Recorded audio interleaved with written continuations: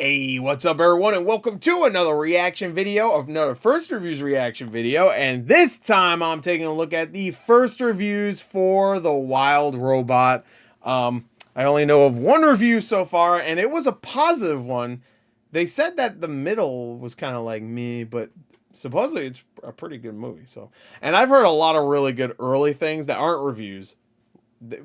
They pretty much were. They just didn't have a score associated with them that were really positive. So that was the one review I saw that was actually a review. I didn't see a score, but it was actually an actual written review.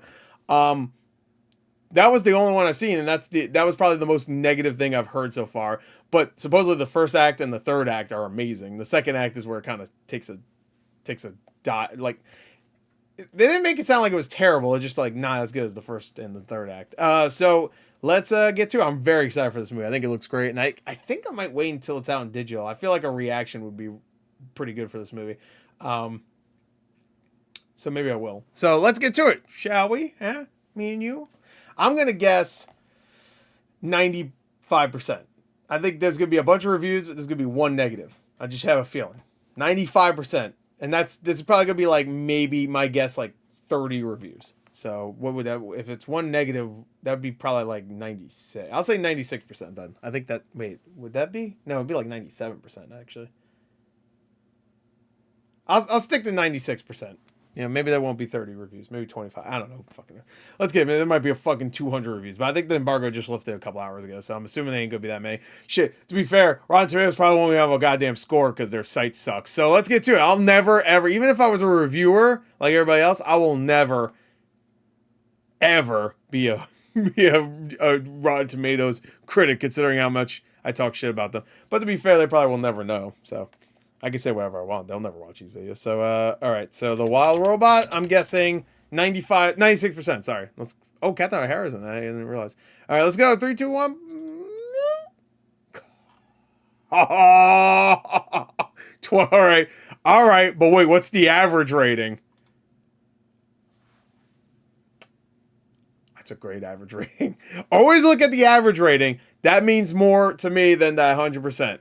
Because again, I've said it before. A movie can have 100 reviews, and they can all be fresh. It could be 100 reviews, 100%, and the average rating could be like a 6.5, which is not great. It's good, but that's not great.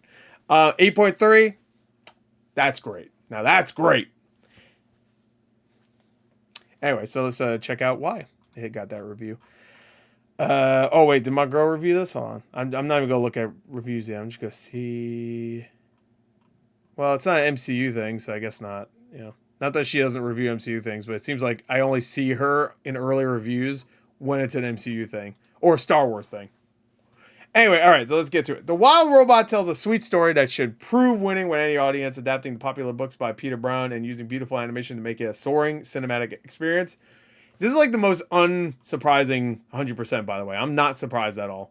Like, when I saw that 100%, I was like, yeah, okay. I should have just assumed there wouldn't be any negative reviews. An affecting family film which recalls several classics of the genre while finding a fresh take on modern families, accepting oneself, and learning to fly on your own. The empathetic instincts of Chris Sanders, and his talented artists result in a tearjerker of an ending that may have you bawling. Ooh, well, if it's a tearjerker, I guess that, well, bawling is a different thing. You could cry and not, I'm crying, I'm bawling, bro. I'm bawling. Anyway, that's a different bawling. Do you think anybody? This is stupid. No, I'll say it. I think everybody ever bawls while bawling. Anyway, all right, y'all can leave now. That's not gonna get any better. The film's discernible brushstrokes serve as a reminder of the literal hands, the labor it takes to raise someone, mold them into a survivor, and to carry love with you wherever you go. Yeah, because that's what it looked like. It was really like a what's the word? Not metaphor. It's about like raising a kid. That's perfect. The film, the nods to Iron Giant and Castle in the Sky. Yo, I was getting Castle in the Sky vibes for sure from some of the like designs of certain, like even like just the way things look. It looked like Castle in the Sky, which I love. Castle in the Sky. Not my favorite Ghibli film, but and Iron Giant is one of my favorite movies of all time. So, are pretty obvious, but even still, Wild Robot carves its own distinct vibe. Good. That's good. And though there is an awkward and expositional heavy-handedness to the big set pieces, the Wild Robot still delivers where it counts and is consistently entertaining. Okay, 3.5 out of 5. Still, there's a sweetness to the community effort that gives the Wild Robot some of its most poignant moments. It's an uplifting, hilarious, gut-wrenching, and stunning animated adventure that reaffirms the power of a parent's love. Yeah, there you go. That looks so gorgeous and homespun adds to its appeal. A warm little gem of a film that's both a throwback and a push forward. Too early to ask for two more? Well, I need to watch it first before I say if I want another one, obviously. It just looks like it's a perfect movie, you know what I mean? Like, bam, it's done. But we'll see. I haven't seen it yet. Chris Sanders' gorgeous and moving adventure dramedy with a superb Lupita Nyong'o performance. She's always fucking great. Is exactly what a DreamWorks animation movie should be. That's not surprising. She sung the song too. What a Wonderful World, right? The cover of that in the first trailer. It was What a Wonderful World, right? What a wonderful. Yeah, I think it was. Yeah, it definitely was. I've seen that trailer so many times, and my brain's like, wait, what? A visual stunner with an A+ voice performance from Lupita Nyong'o. It's an all around beautiful story about adapting and found families. One powered by an infectious celebration of life. Has Lupita Nyong'o not won a Best Actress Oscar? I know she won Best Supporting Actress, right? She won for 12 Years a Slave, right? She was definitely nominated. I can't remember if she won. I'm pretty sure she did. No, I'm fairly certain she did because I think the next year was there announcing the winner for Best Actress because I think they do that, don't they? Or no, Best Actor. Does the supporting actor? No, I think the supporting actress winner announces the supporting actor of next year, right? Or whatever. Fuck it. Yeah, it has to be. It's not the other way around. Anyway. Infectious celebration of life. It's clear that everyone behind the film respects their audience, no matter their age, resulting in a movie that is superbly crafted and deeply resonant on multiple levels. The emotions felt while watching will stick with you long after it's over. It's always good. Because I'm at the point when, like, I'm not gonna lie, I don't watch every movie anymore. Like, I used to watch everything, and just like, I'd rather spend my time like making videos, even if it's just reaction shit. I know, but at least this stuff is my own in some fucking way, you know. Than waste my time on movies that I know are not gonna like. Yeah, that's why I played 2 hours of Star Wars Outlaws. But the only reason why I did that is because I was making a video for it. I'm not playing that game on my own. Like if I'm not enjoying it, then it's just a waste of my time. I'd rather do that doing something else. I'm literally going to get nothing from Star Wars Outlaws. I know it. I know it deep down. Me laughing at people playing the game and getting glitches, I'll get more from that than playing the game myself. I mean, that's just it. Like, I know some people, but you could beat the game and have a good time. And I know I bring up Star Wars Outlaws a lot, but, like, that's the newest thing that I could talk about that is, like, just not worth my time, you know? Like, all right, I'll use a different thing. Not Concord. I can't use that because I don't think it exists anymore.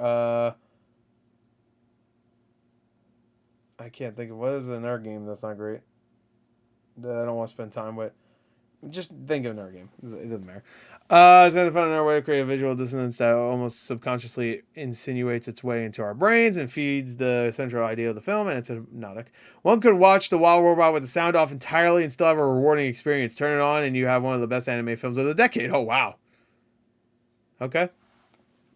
I thought he was going to say, like, it would work better as, like, a silent film. Because I will say, the first trailer, you don't hear any dialogue until, like, the last, like, 10 seconds. I mean, I guess you hear singing, but you don't hear any dialogue. And it's one of the best trailers of this year. 100%, I think, is that first trailer. I think the other trailers are great, don't get me wrong, but they're more of a typical, like, second and third trailer, you know what I mean? Where the first trailer was, you know, more of a teaser. I think they call it just an official trailer, though. And you get the idea. Like, if you're paying attention, you already know what the hell the story's going to be about, you know? My guess, and they still haven't really explained exactly where the robot came from. I think they were from part of some. This is my guess. I never read the book. But part of like some like like big corporation where they have these robots and they probably go around taking things from like different worlds or whatever is my guess. And this one was supposed to go there and maybe bumped his head like Iron Giant bumped her head like Iron Giant or something and forgot what they were supposed to do. That's where the Iron Giant part comes in, besides just the robot and also the kindness aspect, I guess, that, you know, I don't know the gun, you know. And forgets what's going on or whatever, and but still has like integrated stuff that she can use to like figure out what things are, you know, scan things and stuff, and starts learning. Or it could just be like the robot went there as just someone that gets material or whatever, and there's no aggression at all, and then starts learning more and more about this because the AI gets a little bit crazier. Because I want to say Lupita Nyong'o also voices other robots in the trailer, right? Because it sounded like it was the same voice, but I could be wrong, maybe not. Whatever. Anyway, and indelibly, beautiful film that will engrave itself on your heart. Anyway, featuring colorful characters and transformative lighting. I don't know. The Wild Robot looks like a storybook and features some frames of animation so striking that you should probably be thrilled to have them framed and hung in your home. I mean, that shot of her holding the oh shit, what was it a duck? I think it's a duck.